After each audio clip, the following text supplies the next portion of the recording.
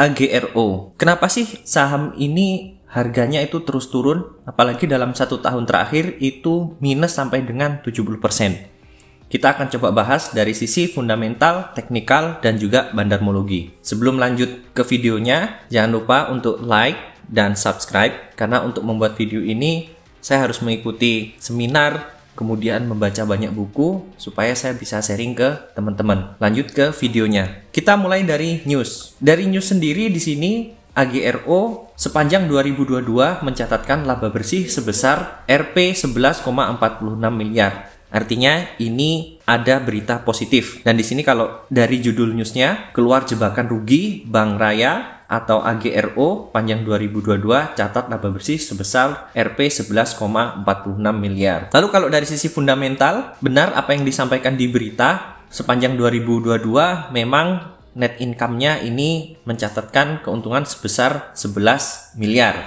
Lalu coba kita lihat dari sisi valuasinya. Kalau dari sisi valuasinya, PER-nya itu ada di 820. Lalu kemudian kalau untuk book value-nya itu ada di angka 2,77. Dan kalau kita lihat cash flow-nya, ini masih terlihat minus ya, free cash flow-nya.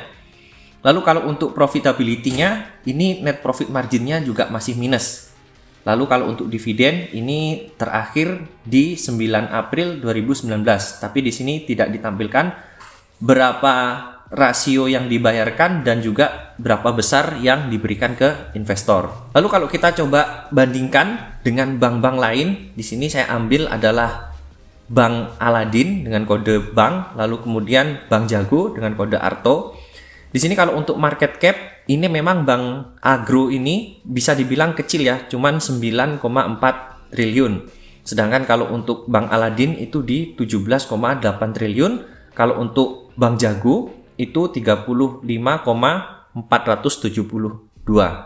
Lalu kalau untuk dari PER-nya sendiri, ini Bank Agro ada di 820. Kalau untuk Bank Aladin itu minus 92. Lalu kalau untuk Bank Arto itu di 655,71. Kita langsung ke book value-nya aja.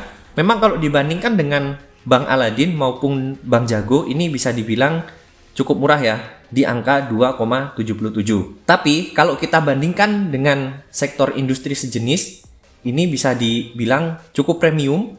Karena kalau untuk sektor industri perbankan itu berada di angka 1,97. Lalu kemudian kalau dari sektor perbankan sendiri, dia juga masih tetap lebih mahal. Dimana kalau dari sektor perbankan itu di 2,22. Lalu selanjutnya kita bahas mengenai corporate action. Nah, kalau teman-teman detail melihatnya di sini, sejak tahun 2015, 2016, 2017, 2018, 2021, dan 2022, perusahaan ini selalu right issue. Artinya apa? Seharusnya perusahaan itu yang baik adalah perusahaan yang pandai mengelola keuangannya sehingga dia bisa memperoleh pendapatan dari aktivitas usahanya. Nah, kalau dari AGRO sendiri, ini lebih banyak untuk mendapatkan pendanaan itu melalui right issue. Jadi kalau menurut saya pribadi, perusahaan ini kurang menarik karena seringkali melakukan right issue. Lalu kemudian kalau kita bahas dari sisi bandarmologi, di sini kita bisa lihat ada peningkatan dari jumlah pemegang saham. Di 28 Februari 2023 itu ada penambahan sebanyak 223 pemegang saham. Tapi kalau untuk komposisi pemegang sahamnya, ini kalau saya pribadi ini kurang srek ya. Karena di sini kita lihat itu porsinya dikuasai oleh lokalnya itu banyak.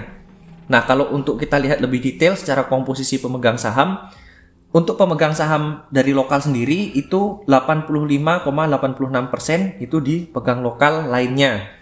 Lalu kalau untuk individual itu ada di 8,14%. Dan kemudian kalau dari pemegang saham yang asing, ini kita bisa lihat asing ini terus-terusan melakukan penjualan. Jadi kalau setahun terakhir dari 2022 sampai dengan Februari 2023, ini asing terus menjual kepemilikannya di saham AGRO ini.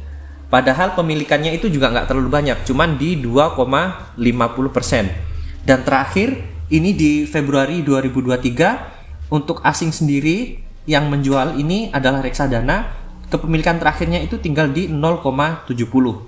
Jadi mungkin ini bisa jadi salah satu penyebabnya kenapa saham AGRO ini selama setahun terakhir itu terus turun sampai minus 70% ya. Lalu kemudian kalau kita bahas dari sisi teknikal, nah ini kita bisa lihat ini memang lagi downtrend. Kenapa saya bilang downtrend? Karena sebagai investor ataupun trader biasanya lebih melihat itu berdasarkan MA 200. Dan di sini kalau kita lihat MA 200-nya ini memang sedang berada di bawah MA 200. Artinya saham ini memang lagi downtrend cukup dalam.